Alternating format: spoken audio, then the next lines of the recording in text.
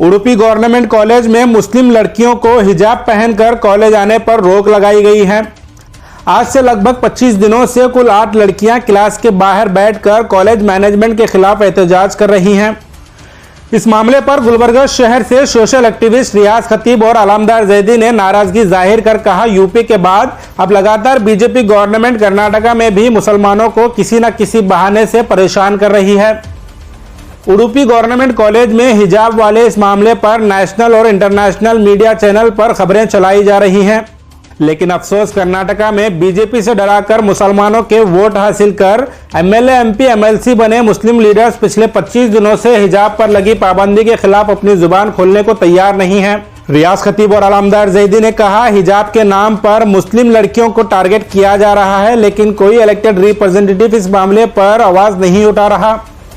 Social media पर तमाम मुस्लिम elected representative की खामोशी पर सवाल उठाए जाने के बाद Gulbarga north MLA Kaneez Fatima assembly में इस मामले पर बात करने के बजाय एक न्यूज़पेपर में अपनी फोटो के साथ इस मामले की मजम्मत कर अपनी जिम्मेदारी से भाग रही हैं। दरअसल कर्नाटका के स्कूल कॉलेज में मुस्लिम लड़कियों के हिजाब पर इस तरह का एतराज पहली बार नहीं किया गया है। कर्नाटका के मुख्तलिफ शहरों के अलावा गुलबर्गा शहर में भी कांग्रेस एमएलए अजय सिंह के कॉलेज में एग्जाम्स के दौरान इस तरह से हिजाब पर रोक लगाई गई थी। तमाम मुस्लिम इलेक्टेड रिप्रेजेंटेटिव को चाहिए टीवी चैनल या न्यूज़पेपर में मजम्मत कर अपनी जिम्मेदारी से भागने के बजाय असेंबली में इस मामले पर जोरदार बहस कर मुस्लिम लड़कियों को हिजाब पहनने की इजाज़त दिलानी चाहिए। इस पूरे मामले पर सोशल एक्टिविस्ट रियाज खतीब और अलामदार जैदी ने क्या कहा, आइए आपको दिखाते हैं।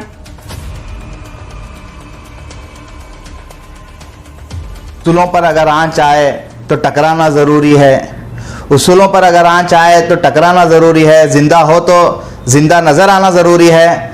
मैं उडुपी की उन बहनों के लिए ये बात कह रहा हूँ जिन्होंने अपने प्रिंसिपल के ख़िलाफ़, अपने कॉलेज मैनेजमेंट के ख़िलाफ़, अपने स्कूल मैनेजमेंट के ख़िलाफ़ डट कर खड़े हैं, जिनको हिजाब पहन कर आने से मना किया जा रहा है, जबकि वही कॉलेज में इनके जो सीनियर्स थे उनको स्कार्फ अलाउ था। लेकिन आज 2014 के बाद से, जब से बीजेपी सेंट्रल में हुकूमत आई है, उसके बाद से दिन पर दिन मुस्लिमों के खिलाफ, माइनॉरिटी के खिलाफ हमले किए जा रहे हैं, मुसलमानों के नाम पर मारा जा रहा है। हमारा देश 2014 के बाद एक गलत तरफ बढ़ता हुआ दिखाई दे रहा है। तो मैं उडुपी के उस प्रिंसिपल से ये मांग करता हूं, बच्चों को इमीडिएट, जो 4 हफ्ते से बच्चे कॉलेज के सीढ़ियों पर बैठ के पढ़ने पर मजबूर हैं, वो लोगों को इमीडिएट क्लास में लिया जाए, उनको एजुकेशन दिया जाए।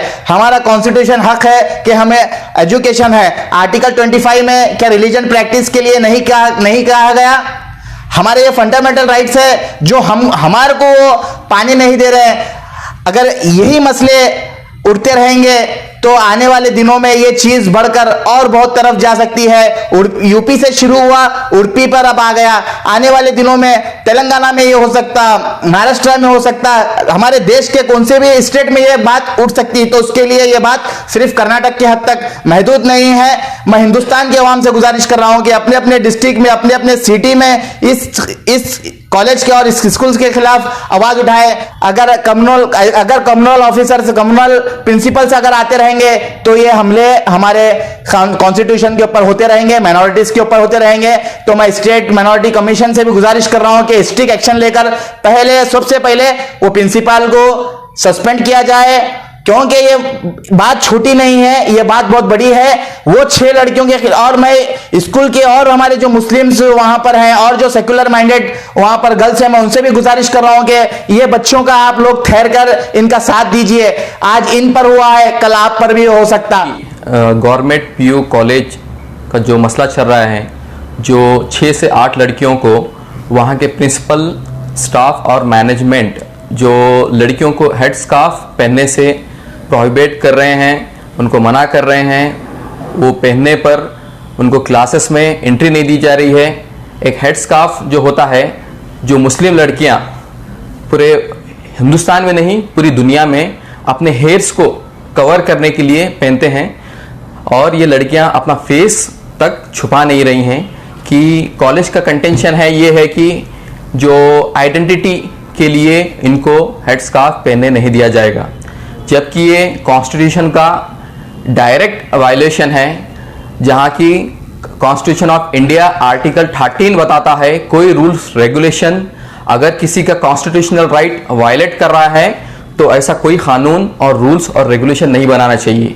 वहीं अपने आर्टिकल 15 में भी कहा गया है जो लड़की जैसा ड्रेस चाहे, जो डिसेंट ड्रेस मतलब डिसेंट होना चाहिए, जो उसमें वल्गैरिटी ना हो, ऐसा ड्रेस पहनना चाहे तो उसको कोई नहीं रोक सकता है, उसका हक है। और राइट टू एजुकेशन भी एक उनका फंडामेंटल राइट है जो सभी हिंदुस्तान के सभी शहरियों के लिए एप्लीकेबल है वो।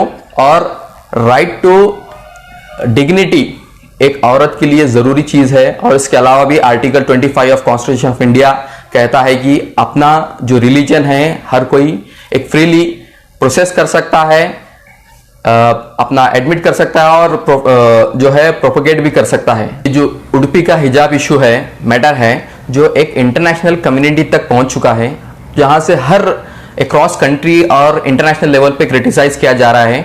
जबकि जो हमारे 7 एमएलए हैं, एमपी से एमएलसी हैं, ये जो है मुंह में लड्डू पकड़ के बैठे हुए हैं, कोई खामोश है, कोई बोलने के लिए तैयार नहीं है।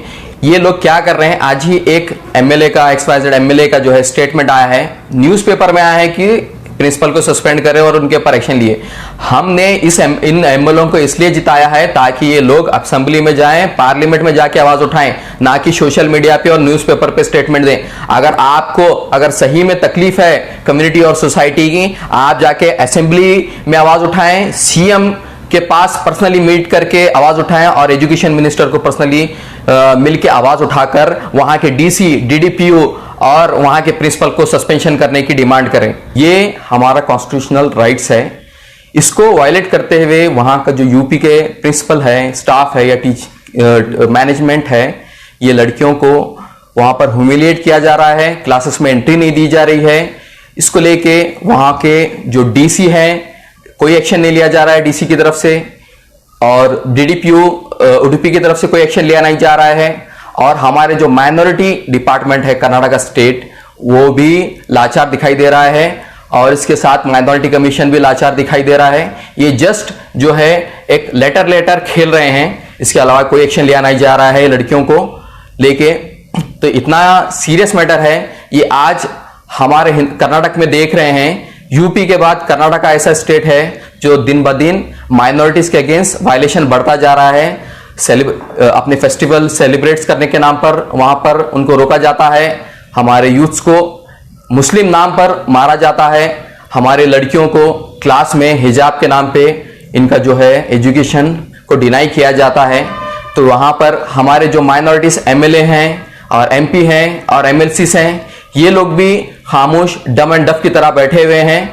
ये जो है ऐसे माइनॉरिटी एमएलए होना एक कम्युनिटी के लिए बहुत तकलीफ की बात है। ये लोग अपना जो हम ऐसे एमएलएस को, हम जो एमएलसीस को चुनते हैं, एमपी को चुनते हैं ताकि ये लोग हमारी असेंबली में, पार्लियामेंट में आवाज उठाए जाए, बट ये जो एमएलएस और एमपी है नाकारा, ये कोई जो है कम्युनिटी हो या सोसाइटी की हो, किसी के लिए फायदेमंद नहीं है।